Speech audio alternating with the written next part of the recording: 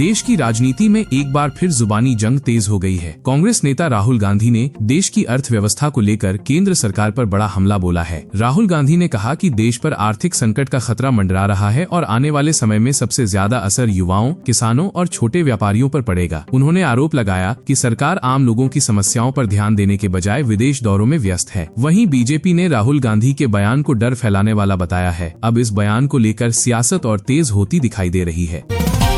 मध्य पूर्व युद्ध और स्ट्रेट ऑफ हॉर्मुज बंद होने से पूरी दुनिया में तेल संकट गहरा गया है, लेकिन इस मुश्किल दौर में भारत ने अपनी ऊर्जा सुरक्षा को मजबूत बनाए रखा है। रूस, अमेरिका, ब्राजील और वेनेजुएला से बढ़ी तेल खरीद ने भारत को बड़ी राहत दी है। सरकार के मुताबिक देश के पास करीब 60 दिनों का पेट्रोलियम भंडार मौजूद है। रूस से रिकॉर्ड तेल सप्लाई जारी है, जबकि सऊदी और यूएई के वैकल्पिक रास्तों से भी तेल आ रहा है। हालांकि संकट के बीच पेट्रोल डीजल 3 रुपए 90 पैसे महंगा हो गया है। अब दुनिया की नजर भारत की नई ऑयल रणनीति पर टिकी है। उत्तर प्रदेश में सड़क पर नमाज को लेकर राजनीति गर्मा गई है। मुख्यमंत्री योगी आदित्यनाथ के बयान पर सपा प्रमुख अखिलेश यादव ने तीखा पलटवार किया है। अखिलेश ने कहा कि संविधान सभी को बराबरी का अधिकार देता है और किसी के साथ भेदभाव नहीं होना चाहिए। उन्होंने तंज कसते हुए कहा कि यूपी में कई काम सड़कों पर ही होते हैं, ऐसे में सिर्फ नमाज को मुद्दा बनाना सही नहीं। अब इस बयानबाजी से प्रदेश की सियासत और गर्म हो गई है।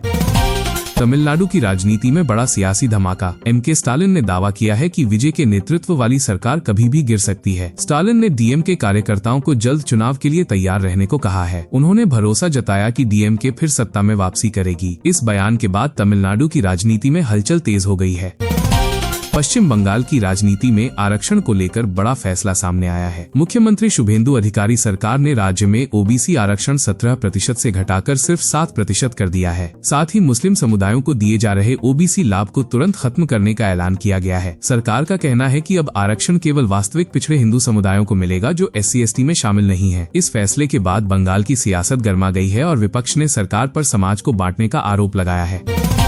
अमेरिका और ईरान के बीच तनाव एक बार फिर खतरनाक मोड़ पर पहुंचता दिख रहा है। अमेरिकी राष्ट्रपति डोनाल्ड ट्रंप ने बड़ा दावा करते हुए कहा कि वो ईरान पर सैन्य हमला करने का फैसला लेने से सिर्फ 1 घंटे दूर थे, लेकिन आखिरी वक्त पर इसे टाल दिया गया। ट्रंप ने ये भी कहा कि अब ईरान समझौते के लिए गुहार लगा रहा है। इस बयान के बाद पूरी दुनिया की नजरें पश्चिम एशिया पर टिक गई हैं। विशेषज्ञों का मानना है कि अगर हालात और बिगड़े तो इसका असर वैश्विक तेल बाजार और अंतर्राष्ट्रीय सुरक्षा पर भी पड़ सकता है। उत्तर प्रदेश में स्वास्थ्य सेवाओं को लेकर बड़ी खबर सामने आई है। मुख्यमंत्री योगी आदित्यनाथ की सरकार मेरठ, आगरा, गोंडा, बस्ती और मिर्जापुर में इंटीग्रेटेड आयुष मेडिकल कॉलेज खोलने जा रही है। इन कॉलेजों में आयुर्वेद, होम्योपैथी और यूनानी इलाज एक ही छत के नीचे मिलेगा। हर कॉलेज में 60 बिस्तरों की सुविधा होगी। सरकार ने जमीन उपलब्ध करा दी है और नए डॉक्टर, नर्स व फार्मासिस्ट के पदों की तैयारी भी पूरी हो चुकी है। माना जा रहा है कि चुनाव से पहले OPD सेवा शुरू हो सकती है। इससे इलाज और आयुष शिक्षा दोनों को बड़ा फायदा मिलेगा।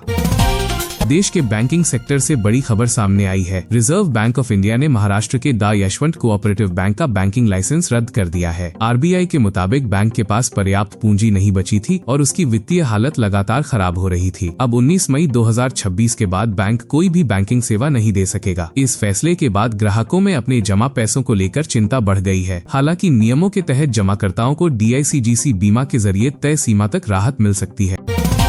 देश भर में सोने चांदी की कीमतों में बड़ा उतार चढ़ाव देखने को मिला है। मंगलवार को राजधानी दिल्ली में 24 कैरेट सोना 800 रुपए महंगा होकर 1,63,600 रुपए प्रति 10 ग्राम पहुंच गया। लगातार बढ़ती कीमतों से आम लोगों की चिंता बढ़ गई है। वहीं दूसरी तरफ चांदी के दाम में बड़ी गिरावट दर्ज हुई है। सिल्वर एक झटके में 5,000 रुपए टूटकर 2,71,000 रुपए प्रति किलो पर आ गया। बाजार जानकारों का कहना है कि अंतर्राष्ट्रीय बाजार और निवेशकों की बढ़ती खरीदारी की वजह से सोने में तेजी बनी हुई है।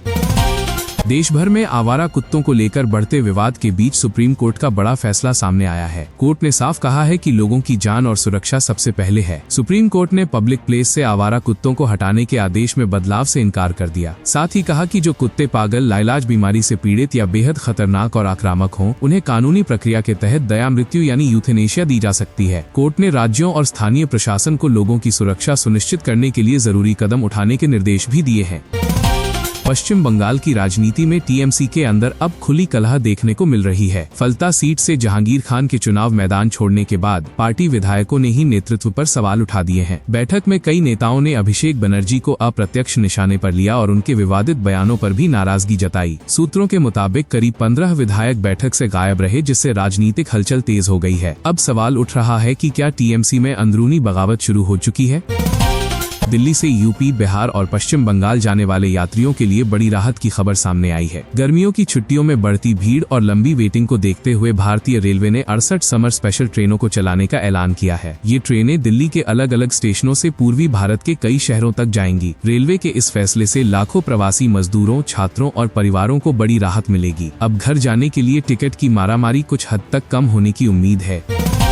महाराष्ट्र की राजनीति में फिर बड़ा सियासी भूचाल देखने को मिल रहा है। उद्धव ठाकरे की शिवसेना यूबीटी के सांसदों और एकनाथ शिंदे गुट के नेताओं के बीच बढ़ती नजदीकियों ने नई चर्चाओं को जन्म दे दिया है। शिरडी सांसद भाऊसाहेब वाकचौरे की मंत्री उदय सामंत से मुलाकात और उससे पहले सांसद नागेश अस्तिकार का शिंदे से मिलना अब राजनीतिक गलियारों में बड़े संकेत माना जा रहा है। वहीं नासिक में श्रीकांत शिंदे के कार्यक्रम में यूबीटी सांसद की मौजूदगी ने अटकलें और तेज कर दी है। सवाल उठ रहा है, क्या महाराष्ट्र में फिर कोई बड़ा राजनीतिक खेल होने वाला है? उत्तर प्रदेश की राजनीति में अब अखिलेश यादव का बदला हुआ अंदाज साफ दिखाई देने लगा है। कभी मुस्लिम राजनीति के आरोपों में घिरे रहने वाले अखिलेश अब सॉफ्ट हिंदुत्व की रणनीति अपनाते नजर आ रहे हैं। लखनऊ में वकीलों पर हुए लाठीचार्ज और हाथ में रामचरितमानस लिए वकील की तस्वीर को लेकर सपा ने बीजेपी और योगी सरकार पर बड़ा हमला बोला है। अखिलेश यादव ने पहली बार रामचरितमानस को सांस्कृतिक संविधान बताया। इसके बाद सपा नेताओं ने घायल वकील को रामचरितमानस भेंट कर नया सियासी संदेश देने की कोशिश की है।